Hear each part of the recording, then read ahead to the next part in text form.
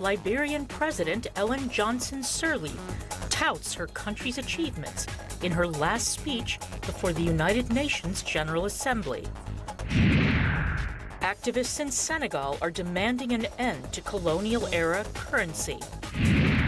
And a Nigerian ride-sharing company tackles the Lagos traffic madness. Africa 54 starts right now.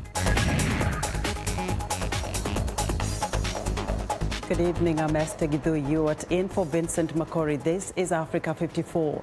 World leaders are digesting U.S. President Donald Trump's bold address given Tuesday at the United Nations General Assembly. Mr. Trump singled out North Korea, Iran and Venezuela for special criticism in his first address to the world body. As VOA's Peter Heinlein reports, there were murmurs in the Assembly Hall when the president warned Pyongyang that its current course could lead to its destruction. As Trump ascended the dais, it was standing room only in the Assembly Hall, except for the empty front row seat assigned to North Korea's ambassador. The president did not mince words, derisively calling North Korea's leader Rocket Man. The United States has great strength and patience, but if it is forced to defend itself or its allies, we will have no choice but to totally destroy North Korea. Rocket Man is on a suicide mission for himself and for his regime. Iran's leadership also came in for sharp criticism for, in Trump's words, funding terrorist groups. The Iranian government masks a corrupt dictatorship behind the false guise of a democracy. It has turned a wealthy country with a rich history and culture into an economically depleted rogue state whose chief exports are violence, bloodshed, and chaos. On Venezuela, Trump blamed President Nicolas Maduro's disastrous policies for bringing a once thriving country to the brink of economic collapse. The socialist dictatorship of Nicolas Maduro has inflicted terrible pain and suffering on the good people of that country. This corrupt regime destroyed a prosperous nation by imposing a failed ideology that has produced poverty and misery everywhere it has been tried. Venezuela's delegation sat quietly through the speech. Afterward, the country's foreign minister offered a blistering response. It's a president who comes for the first time and speaks about war, about destroying countries, about blockades against countries, and of course, the country that violates the human rights all over the world seems to have the moral authority to come and speak to the rest of the countries as they were his employees. Despite his blunt remarks, the topics of Trump's speech were much the same as what his administration has been saying for months. Former U.S. diplomat Zalmay Khalilzad. While they see changes, they see great continuity over decades. Whether it's a Democratic or a Republican president, there is also this continuity that occurs, although emphases on some issues do change from time to time. President Trump will spend Wednesday and Thursday in New York holding bilateral meetings with various leaders. Peter Heinlein, VOA News, United Nations. Liberia's outgoing President Ellen Johnson Sirleaf addressed the UNGA Tuesday, just 3 weeks ahead of historic elections in the West African nation. Sirleaf said the upcoming poll in Liberia will signal an irreversible course that the country has embarked upon to consolidate its young post-conflict democracy. She underscored that her country has enjoyed the benefits of peace and stability through the support of the United Nations, the African Union, and the West African regional body, the Economic Community of West African States. Sirleaf urged the UN and its member states to continue to spread the values of democracy, human rights, and good governance for economic transformation and social resilience. I address you for the last time as I bring to closure my 2 terms of elected office. Liberia is just 22 days away from historic legislative and presidential elections. It will mark the first time in 73 years that political power will be handed over peacefully and democratically from one elected leader to another.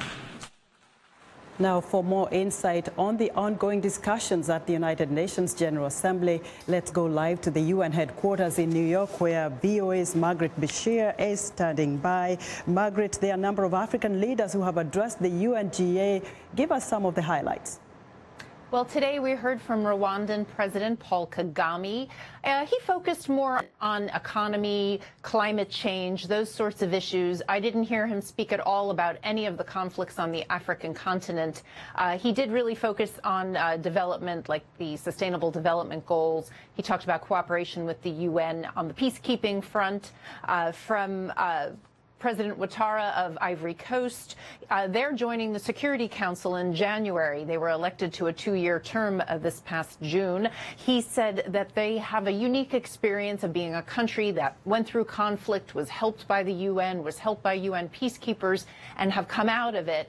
And they're going to share that experience. They're going to bring that experience with them to the Security Council in January, where they hope to seek, he called it, he hoped to promote fair and practical compromises to solve conflicts and crises throughout the world. Mr. Ouattara also spoke about terrorism, and he said that Africa cannot be the soft underbelly in the war on terror. It needs to kind of step up its efforts on that front. And he also spoke about climate change, which is something that African leaders are really concerned about.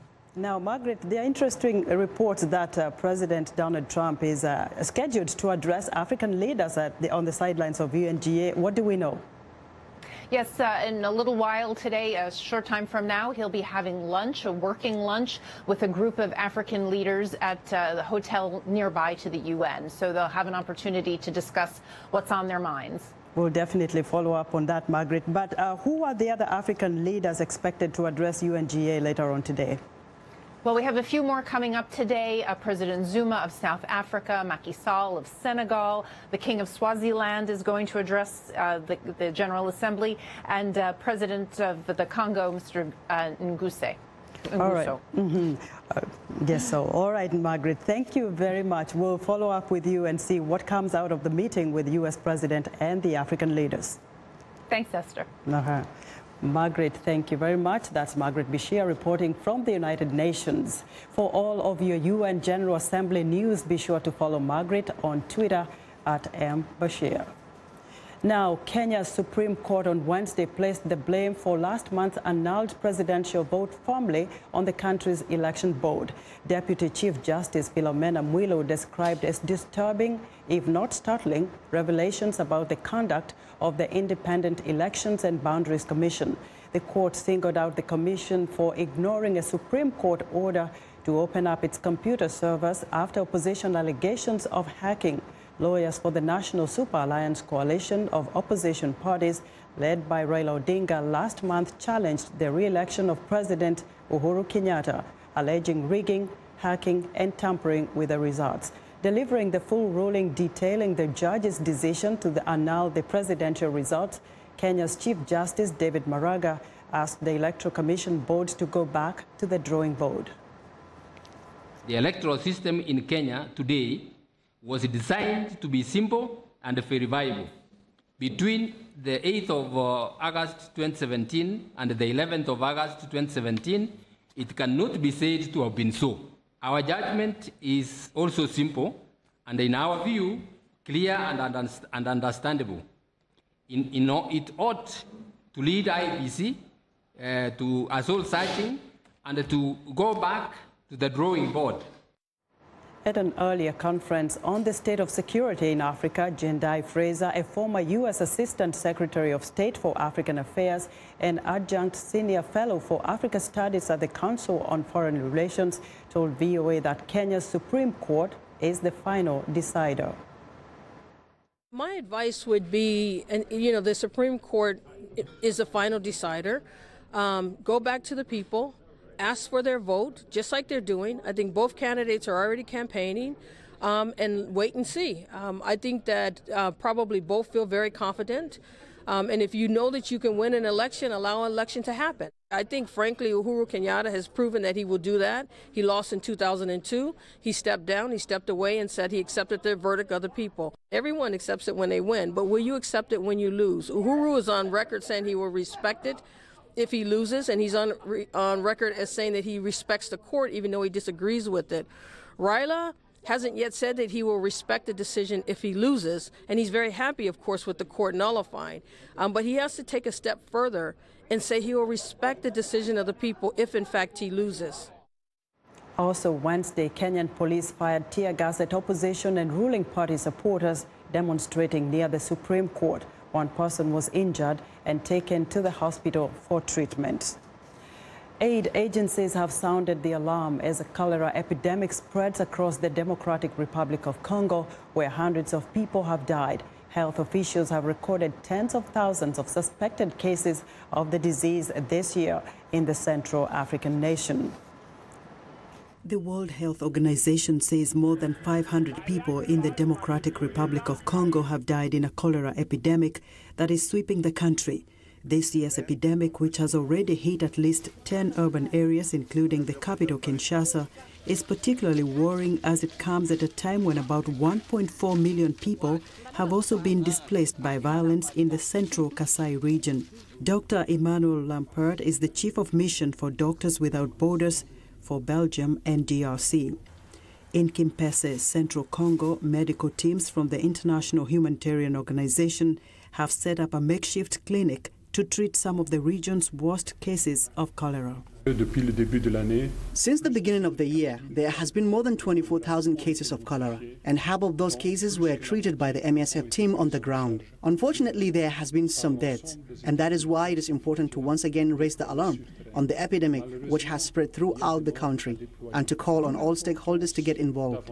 The WHO says at least 528 people died last week, and the epidemic has now spread to 20 of Congo's 26 provinces. Andre Zakatango is the head of a government-run cholera treatment center. There's a huge lack of sanitation. It's really dirty. As you can see from the population and the surroundings, they have no toilets. There's a lack of access to clean water. All those factors contributing to the spread of this infectious disease. Pakajuma, an illegal settlement that extends along the railway line to a natural basin into which waste from the city's septic tanks are dumped, is one of the worst hit areas in the city. We always see children falling sick and their parents don't understand the symptoms of cholera. But when the child is taken to the hospital, doctors tell you that the child is suffering from diarrhea and is then taken to a cholera treatment center, but it's often too late and the child dies after that. So the government needs to sanitize the residents of Pakajuma so that they can understand how cholera is transmitted. Aline Ekofo, another resident of Pakajuma, agrees with her neighbor. Here in Pakajuma, we're constantly exposed to all sorts of epidemics. We breathe in polluted air. The children are exposed to all sorts of infectious diseases such as malaria, germs, cholera, typhoid. So it's not good. Outbreaks of waterborne disease occur regularly in Congo, mainly due to poor sanitation and lack of access to clean drinking water. The World Health Organization has dispatched a team of experts, including epidemiologists and public health specialists, to Congo in an effort to help contain the disease. Now to Central America, where death toll continues to rise in Mexico Wednesday as rescue workers search in Mexico City and nearby states in hopes of finding survivors of a magnitude 7.1 earthquake that has killed at least 217 people and collapsed dozens of buildings. Searchers are sifting through the rubble of collapsed buildings. The epicenter of the quake was in Puebla, 123 kilometers southeast of Mexico City, where people are still reeling from effects of the powerful earthquake. President Enrique Peña Nieto says at least 38 buildings collapsed from the shaking. The quake hit only 2 weeks after another trembler killed more than 90 people in the country's south. The U.S. Geological Survey says the two quakes appeared to be unrelated. The earthquake struck exactly 32 years after an 8.0 trembler killed nearly 10,000 people in and around Mexico City. Now, Hurricane Maria is slamming Puerto Rico on Wednesday, making landfall as a powerful Category 4 storm that forecasters described as potentially catastrophic. The U.S. National Hurricane Center says Maria has maximum sustained winds of about 250 kilometers per hour Wednesday, and that heavy rain might cause life-threatening flash floods and landslides. Puerto Rico Governor Ricardo Rossello said officials had set up 500 shelters for more than 10,000 people. The center of the hurricane is expected to cross over to Puerto Rico and back onto the open water late Wednesday, with the storm bringing hurricane conditions to the Dominican Republic by early Thursday. U.S. President Donald Trump has issued state of emergency declarations for Puerto Rico and the U.S. Virgin Islands. Before arriving at the U.S. territories, Hurricane Maria went directly over the island of Dominica while also nearly making landfall in Guadeloupe. Officials on the neighboring French island of Guadeloupe reported at least one death linked to the hurricane.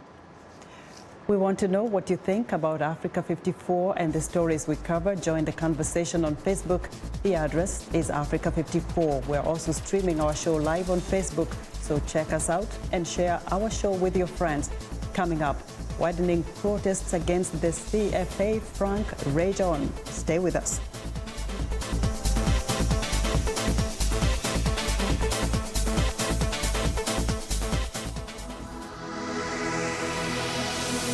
I'm Jeff Selden, and I work the National Security Beat. National Security Beat is anything that affects the national security of the United States, from counterterrorism to surveillance to even relations with Russia. It's one of the most fascinating beats you can have. It's probably one of the more important beats that you can cover because it touches on so many areas of the world, so many areas of people's day-to-day lives. I'm Jeff Selden, and my beat is national security.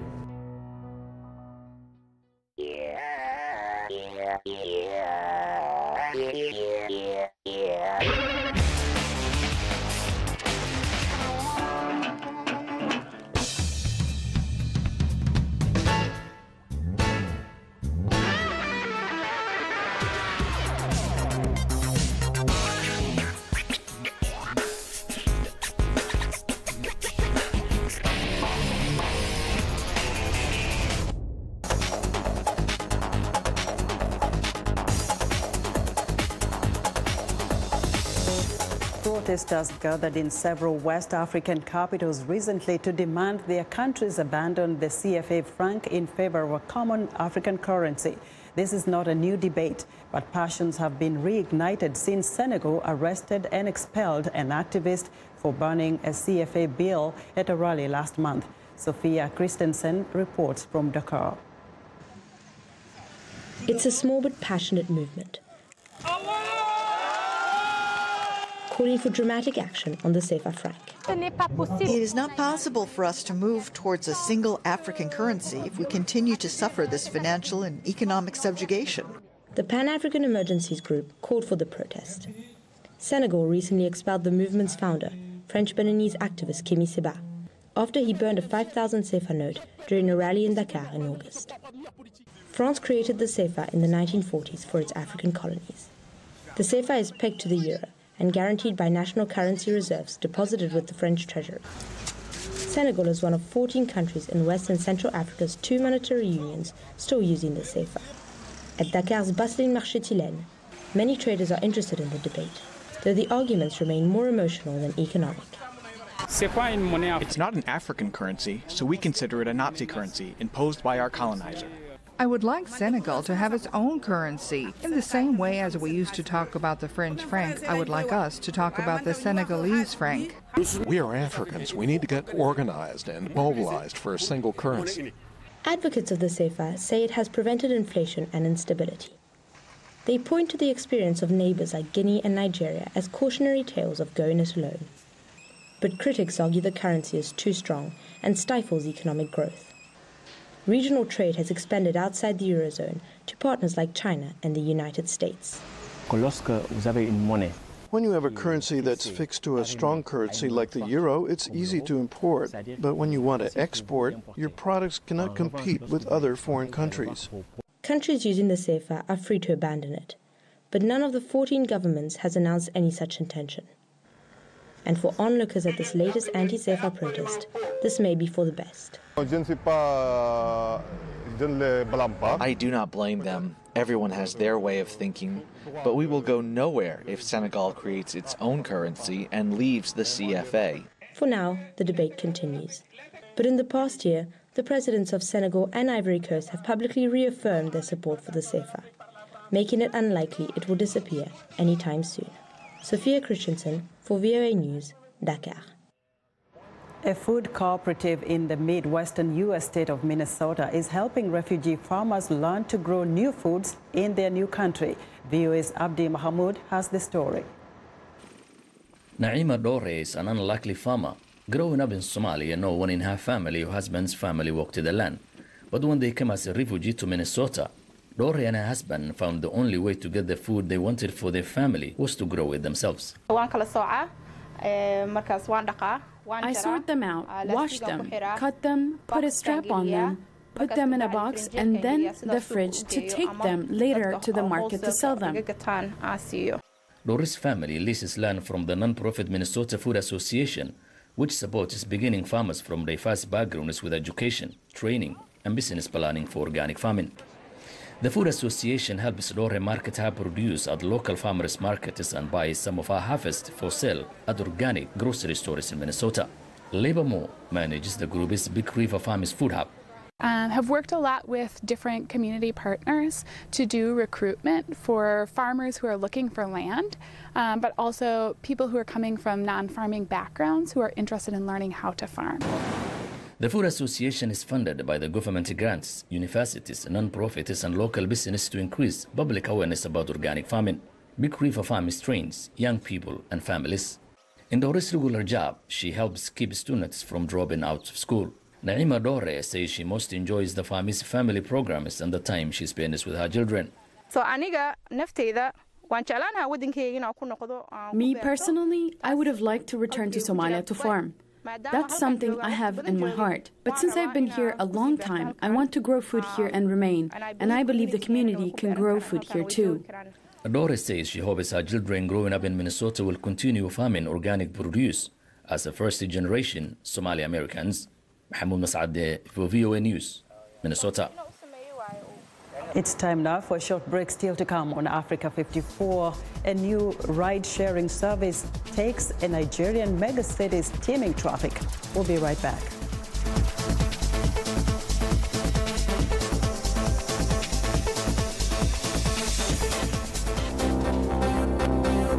These attacks are denigrating, demeaning, and degrading, and are meant to intimidate, frighten, and cow the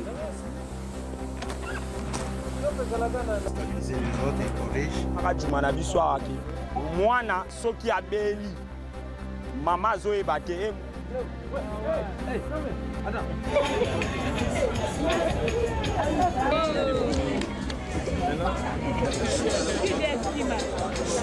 My right as a citizen of this country, I believe we have got a part to play, especially as the youth of this country, especially determining the future of the next generation is concerned.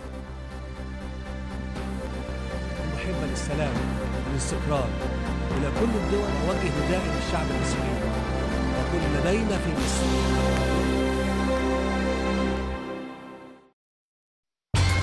How do you see the world? I see countries in turmoil. I see our planet changing. I see people at peace. No matter how you see the world, you'll get an unbiased and uncensored view of it on Voice of America. On television, radio, online, and mobile. In more than 40 languages all day, every day. Millions of people tune us in. How do I see the world? On Voice of America.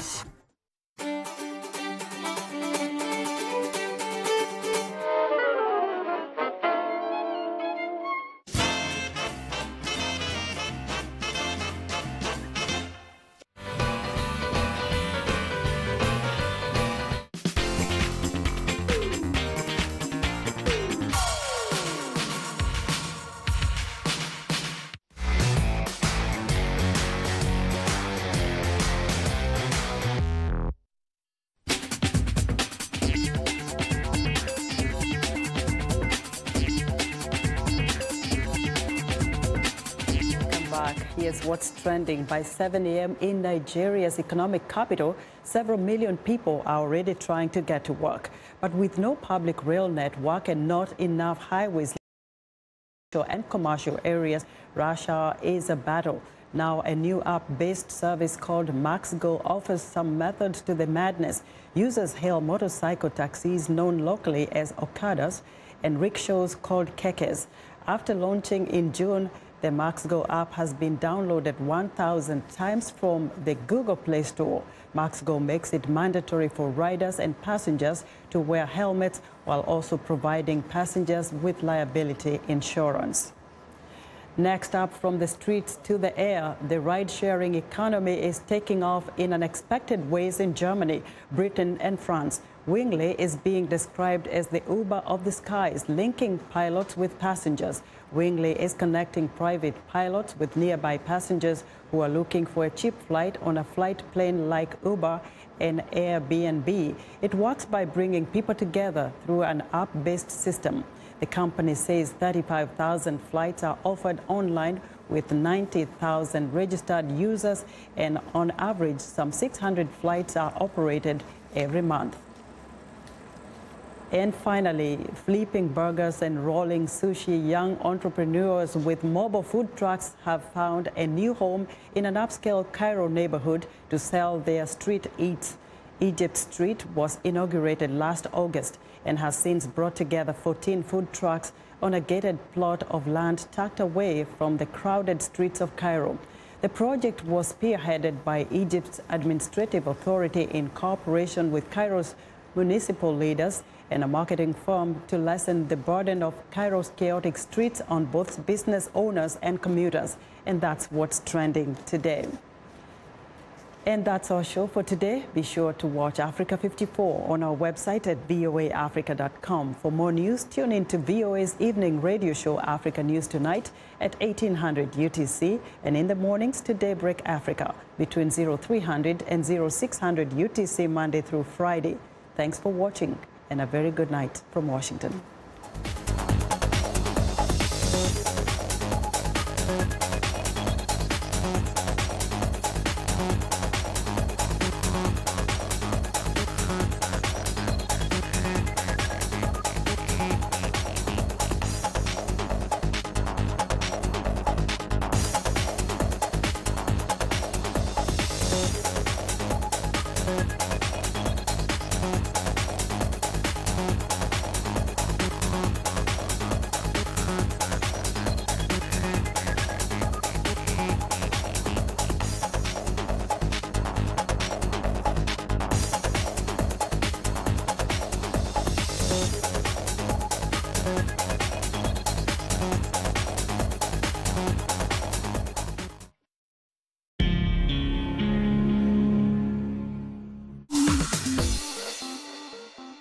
Welcome to English in a Minute.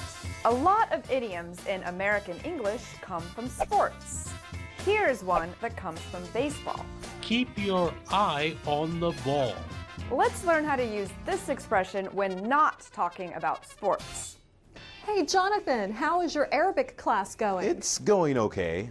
I'm not studying as much as I should be. Jonathan, you had better keep your